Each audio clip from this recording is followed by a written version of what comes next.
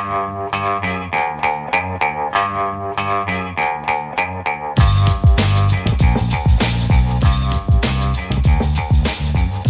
the Brian Lehrer Show on WNYC. Good morning again, everyone.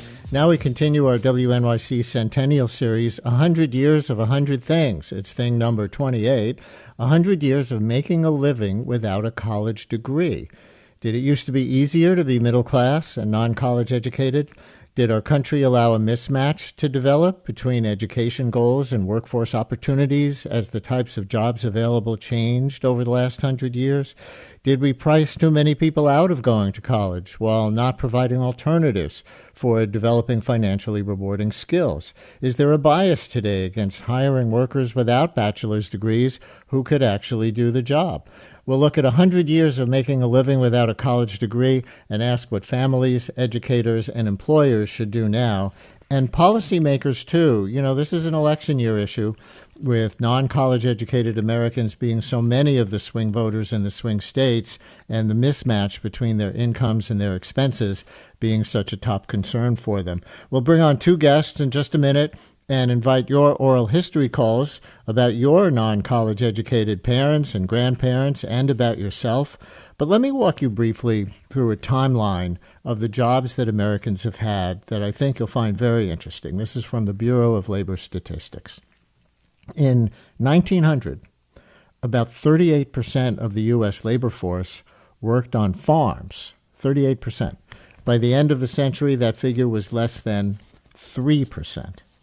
In 1900, the percent who worked in goods-producing industries such as mining, construction, and all manufacturing was 31%.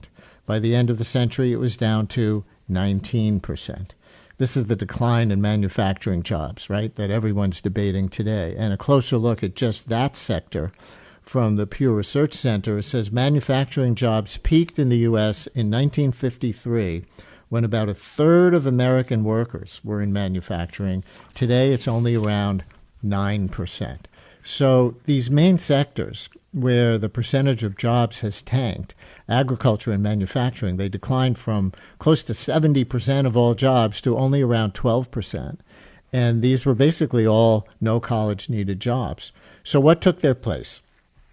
Well, all kinds of professional and service sector jobs, obviously, and what the Bureau of Labor Statistics calls service sector jobs soared to practically 80% of all employment by the year 2000. Many of those jobs do not require higher education, but many, many do. So did education keep up?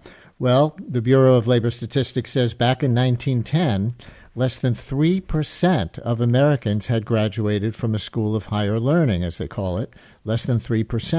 By 1999, the end of the decade, the figure was 25%. Today, it's closer to 40% of adults age 25 and over having bachelor's degrees. That statistic according to the Pew Research Center.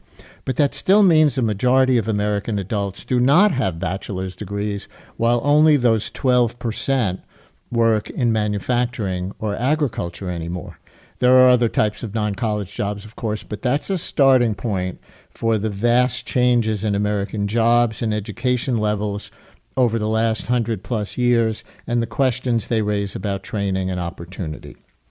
This is actually the first of 10 segments on our show that we'll be doing with a Gates Foundation grant focused on workforce solutions to improve economic mobility for people experiencing poverty. And with us now are Justin Heck, Research Director for the group called Opportunity at Work. His bio page says he uses data to develop a better understanding of how workers currently navigate the labor market and to identify ways to improve economic mobility and outcomes for all. And Annelies Goger, an economic geographer at the Brookings Institution, whose bio says she focuses on developing innovative policy solutions to address rising inequality.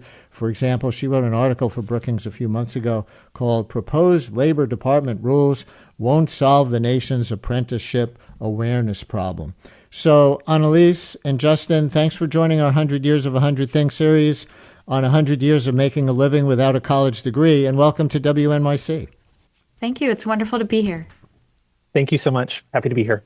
And listeners, as we do in these 100-year segments, we're inviting your oral history calls, 212-433-WNYC. In this case, I wonder who has a story about your non-college educated parents or grandparents or great-grandparents and whether they made what you would call a middle-class living, or a story about yourself as someone without a bachelor's degree and whether the right kinds of opportunities exist today for you, either in well-paying jobs that you believe you're qualified for, or the opportunity to get a college degree at a cost that's worth the price, or if other kinds of skills training are out there and available. What do you need to become a so-called STAR? Have you heard that acronym yet? STAR, a person skilled through alternative routes.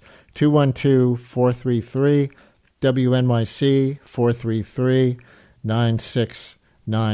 Call or text. Again, any of those things. Who has a story about your non-college educated parents or grandparents or great-grandparents and whether they made what you would call a middle-class living, or a story about yourself as someone without a bachelor's degree and whether the right kinds of opportunities exist today for you.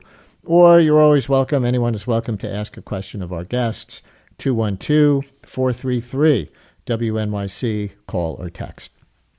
Annelies, I'm curious what you were thinking, just kind of an open mic here, as I was walking through that timeline. This is one reason that we're doing a 100-year history series.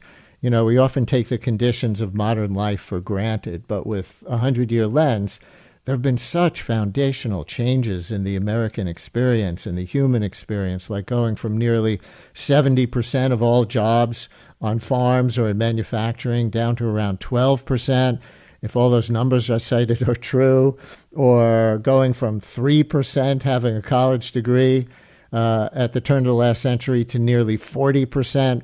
So I'm curious for each of you, Annelies first, what might be one thing you were thinking hearing those numbers about the fundamental difference between society 100 years ago and our society today? Yeah, I think the real point is that we often take for granted, when you have a child, I'm going to send my child to college. And like you said, actually, a majority of Americans don't succeed in completing college. So the challenge there is that the systems that we have are really the systems we've inherited from the previous generation are not really well matched to the current economy. And what I like to call it is it's really like a separate and unequal system. We have, and it's, I'd say three dimensions of that. One is funding, the level of funding for college going people and the level of funding for job training programs. Accreditation, so the ability to, start one program and then continue on. We give credit to people, when they go to a bachelor's program as they go along. We don't give credit to people. We have what we call non-degree, non-credit certificates and whatnot. And it's hard to progress that way when you can't get credit. So there's that. And then finally, on a cultural level, just not valuing the education and learning that happens in the workplace.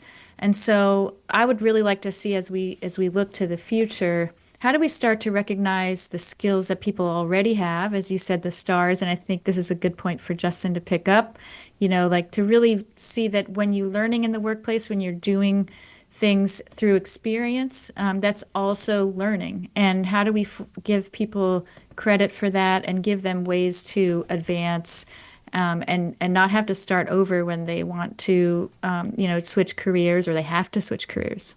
Yeah. So, Justin, same question. Take the handoff that Annelies was giving you, or reflect on anything going through your mind listening to that 100-year stat crawl. I think the most important thing to highlight is that today more than half of our workforce are skilled through alternative routes to a bachelor's degree. That is the common experience, and that's been historically true. To Annelies's point, it's easy to feel like our current moment has been the moment we've been in for a long time. But even if we look back to like early 1910s, there was a moment when having a high school diploma wasn't the standard, right? And we've slowly added these new standard expectations, which is an incredible way for us to progress as a society. But we've also started to lean on degree completion as a way of determining the depth and breadth of someone's skills and forgetting the lifelong learning that often happens after that moment. College is such a critical pathway to gain skills in this country and to help workers move into higher wage work. And it's not the only one. There are lots of examples, and Annelies already pointed to a handful of ways in which workers continue to move into higher wage work. And that good wage work, I think the default example we think of is in manufacturing, but many middle wage roles have been historically open to stars. Roles as supervisors, support specialists, sales representatives, secretaries, administrative assistants, roles that are in the professional industries that stars have filled with great success over the past handful of decades. Today, they're now often considered hard to fill roles because employers prefer candidates who are college graduates. Even when workers have relevant experience, they're often excluded from consideration. Yeah, and on how foundational the changes have been, I could even just keep going from that Bureau of Labor Statistics page. In 1900, U.S. life expectancy at birth was just 47 years old. Now it's in the upper 70s. In 1900, 80% of American children had a working father outside the home and a stay-at-home mother, 80%. By the year 2000, that dropped from 80% to less than a quarter of kids. Of course, it's even less than that today. In 1900, only 5% of U.S. factories used electricity. What? Imagine that, considering how we think of what happens inside any workplace today, how much we take electricity for granted as a given, maybe especially manufacturing with a lot of heavy machinery. But in 1900, only 5% of factories used electricity. The Bureau of Labor Statistics tells us life has changed so much in so many ways. Let's get our first oral history caller in here. Jane in White Plains. You're on WNYC. Hi, Jane. Hi. I think about this all the time, what's happened to the middle class. My grandfather was an immigrant who ended up being a canned fish salesman, and yet on that one salary, he was able to let my grandmother go to Florida for a month, I think, and then the Jersey Shore for a month, had a nice apartment in the North Bronx. Certainly don't see that happening to somebody who would have that job today. Jane, thank you very much. So, Annelies, let me use that as a jumping off point to get to the central question. Was it easier to make what we would consider a middle-class living 100 years ago without a college degree? Maybe you need to define middle class and how that concept has developed over time to answer that question. But where would you begin? Right. And I think the answer I would have is yes and no, because, I think the heyday that we're really thinking about when we say middle class is the post-war period in the United States where we had that era of mass manufacturing. That was the baby boom generation's moment, right? So that's when college for all and expansion of higher ed happened. So I think what's important to keep in mind, though, is that even during that period, there were a lot of groups that were excluded from that. And so we should be careful about overly romanticizing that because a lot of women were excluded, for example, from the workforce, as you just referred to, right. And a lot of people of color or farm workers, domestic workers. And I think what we need to think about now is, so that's really the era where we started to really think about wage employment as this sort of central feature of wealth generation. And I think what we're also seeing now is that wealth generation has somewhat shifted away from wage employment alone and towards other forms of wealth generation, including the financialization of the economy. You see billionaires that aren't earning their wealth through wages, for example, but also, through technological innovation and who gets to capture those gains. A lot of the innovation funding that we invest as a government, and even in the post-war era, that's how Silicon Valley came about, right? It's through public investments in defense.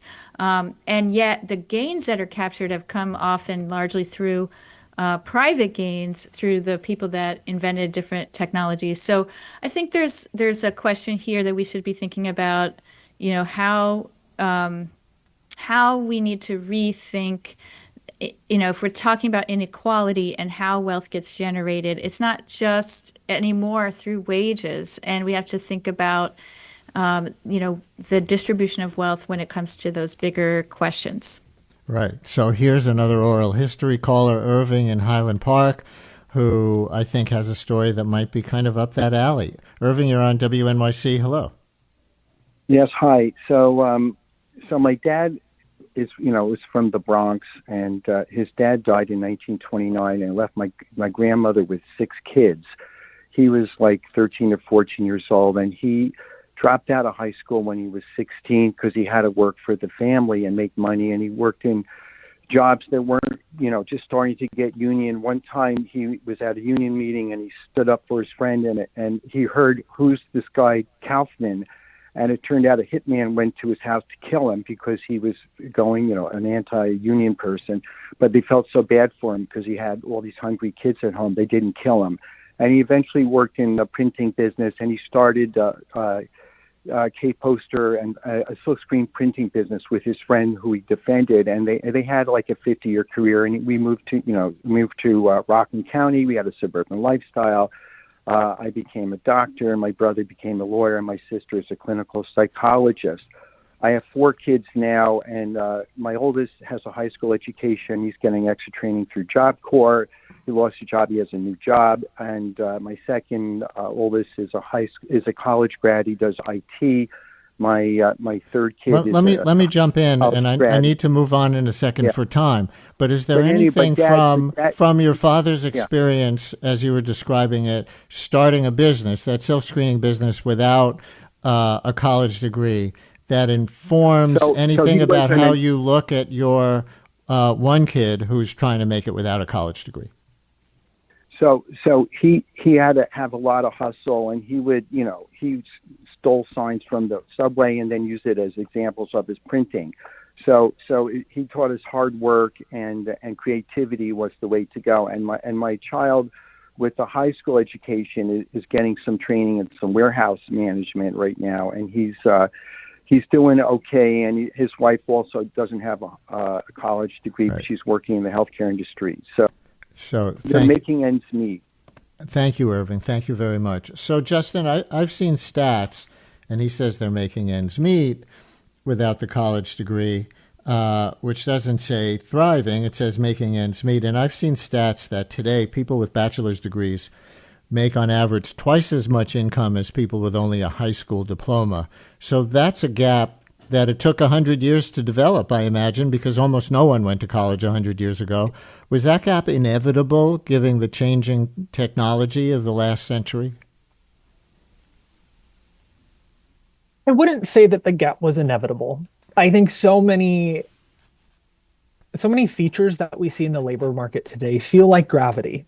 It feels like we had to end up here. And instead, they're usually the result of a lot of individual and institutional choices. And so I think when we think about the bachelor's degree, the roles that folks move into that first come to mind are often teachers and doctors and nurses, right? Roles where you're learning a very specific skill going into a very specific role. But in today's economy, that's often not the case. Folks can get a bachelor's degree and go do all kinds of things that are very unrelated to the curriculum that they studied.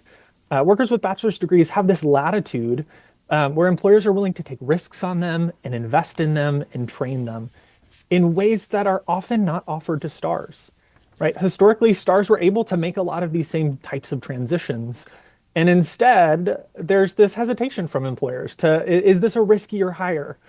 Even as they accept a lot of the risks that come with all hires, right? Every hire is a risky hire at its core. So that gets us to one of the contemporary issues. And for people who are just tuning in, that acronym STARS refers to people with skills training through alternative routes who are kind of left out of the workforce too often. I think we have a text message that's very relevant to this as an example, although this person does have a college degree.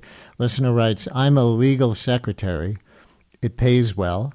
Virtually all big law firms require a college degree to be a legal secretary. I have a degree in theater, absurdly unrelated to my job, the person writes. And then they ask, how do employers live with themselves, maintaining such steep but stupid barriers? So, Justin, that's one of your main focuses, right, at your group, Opportunity at Work, is trying to work on, I guess you'd call it a movement, to get a lot of employers to drop college degree requirements for jobs that don't actually require a college degree. That's right. Employers in general want to find the talent that they're looking for. And in part due to shifts that happened in the 80s and 90s, where we started using human resource information system software, it just became a lot easier to screen talent, to look at more talent and screen talent. And in general, I would say employers are on autopilot when it comes to hiring based on degree requirements. This has become a default posture rather than a more thorough investigation of what are the skills I'm looking for this role, and how can I find those skills wherever they were developed. Annelies, this is in your wheelhouse too, right? Yeah, and I think that the other side of that coin, so one side of the coin is employers shouldn't only rely on college degrees to try to find a matching candidate. If they continue to do that, they'll probably be at a disadvantage because they're missing a huge pool of workers that don't have degrees but have a lot of experience that may be relevant. Another side of the coin, though, is building the institutions we need to recognize the skills that people have. So things like degreed apprenticeships. So you might do, even start in high school, earn credit towards a degree, get an applied degree. In many countries, there are entire university systems where someone spends part of their time on the job and part of their time in the classroom. I think we need to start to value that learning that happens in the workplace because as we started to talk about a little bit earlier, innovation comes from people, that intersection of solving a problem in a particular industry and applying new technologies you might theoretically learn about in a classroom. And I think that that's a huge gap in our country that's pretty unique to our country. A lot of other advanced nations put a lot more effort into that space where people are really learning as they go and trying to innovate in that area. And I think it's going to hold us back from innovation if we don't start doing that more systematically, and giving people actual degrees for doing that kind of learning could be one way to do that from the other side of the coin of just like, let's relax all degree requirements. Yeah, and I think we have a caller, actually, who's got a story about one of those other countries that do things differently and maybe better in this respect. And here's Jean-David in Manhattan, but I think originally from France. Is that right, Jean-David? Hi, you're on WNYC.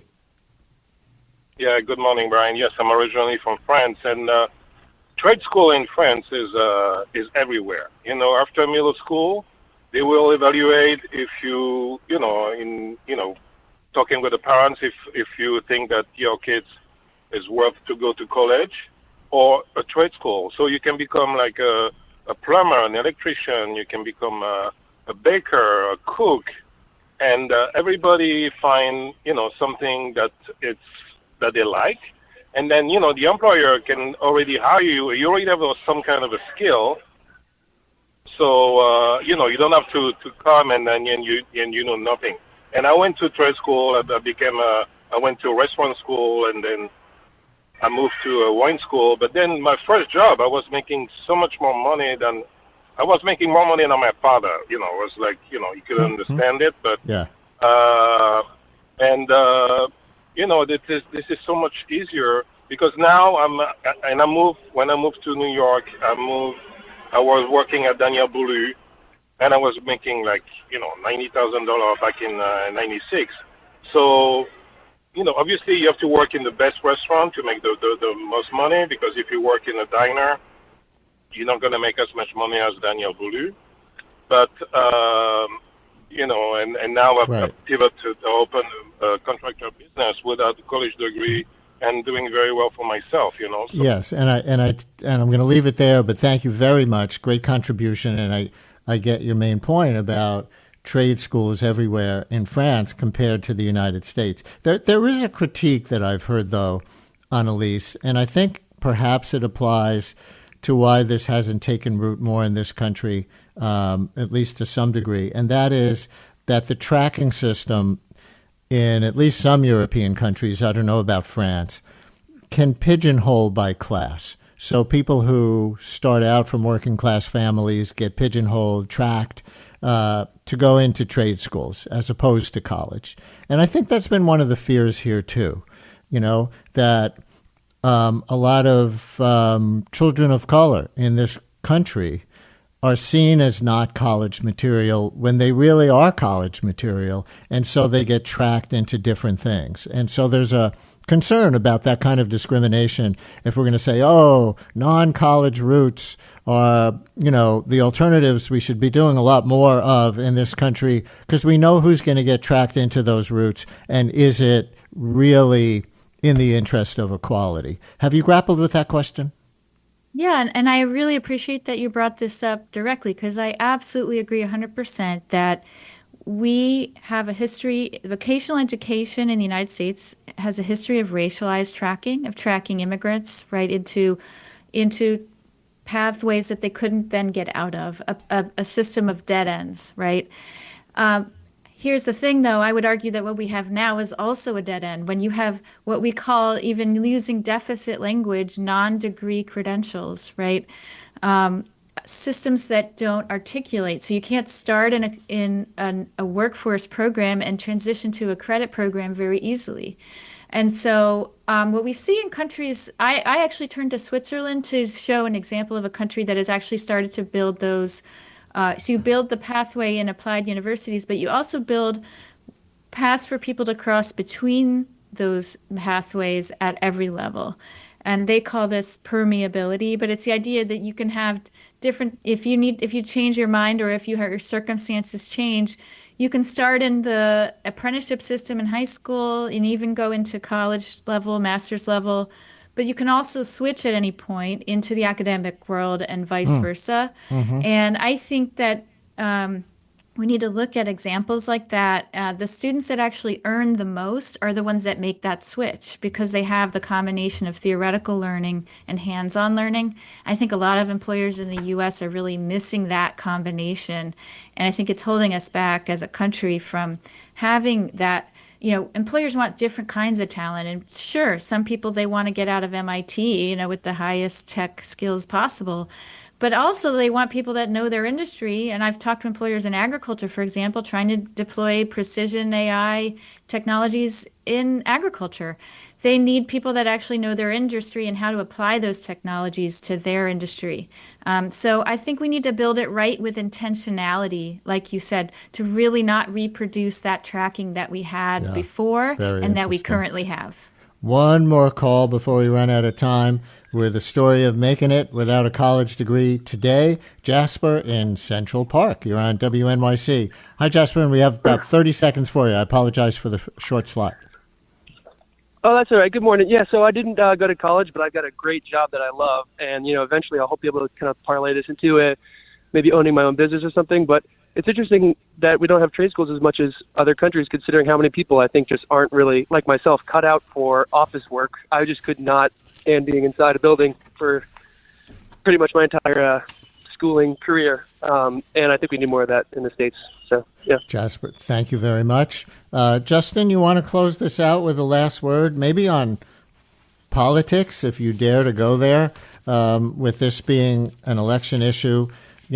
Both parties, I think, say that they want to increase alternative skills pathways and apprenticeships and things like that. And I think both parties criticize what happened in the 80s and 90s under Reagan and Clinton, economic globalization, where there was a bet that we could outsource a lot of low-skill, low-wage manufacturing jobs to China and elsewhere while making the U.S. the leader in higher-skill, higher-wage jobs, and trying to really ramp up the number of Americans who do go to college.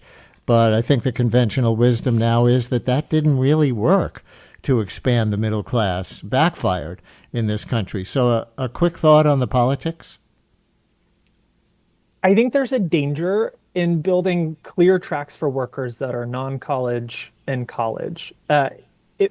Primarily because of the future of work is so unknown. We don't know, like the jobs that we're currently preparing for are jobs that don't yet exist. And using skills as a common language that we recognize when it's developed in college and we recognize regardless of where it's built can allow the U.S. to build a more resilient, adaptive, diverse, and skilled talent base. Justin Heck from Opportunity at Work and Annelies Goger from the Brookings Institution. Thank you so much for joining our 100 Years of 100 Things series, number 28, 100 Years of Making a Living Without a College Degree. Thank you very, very much.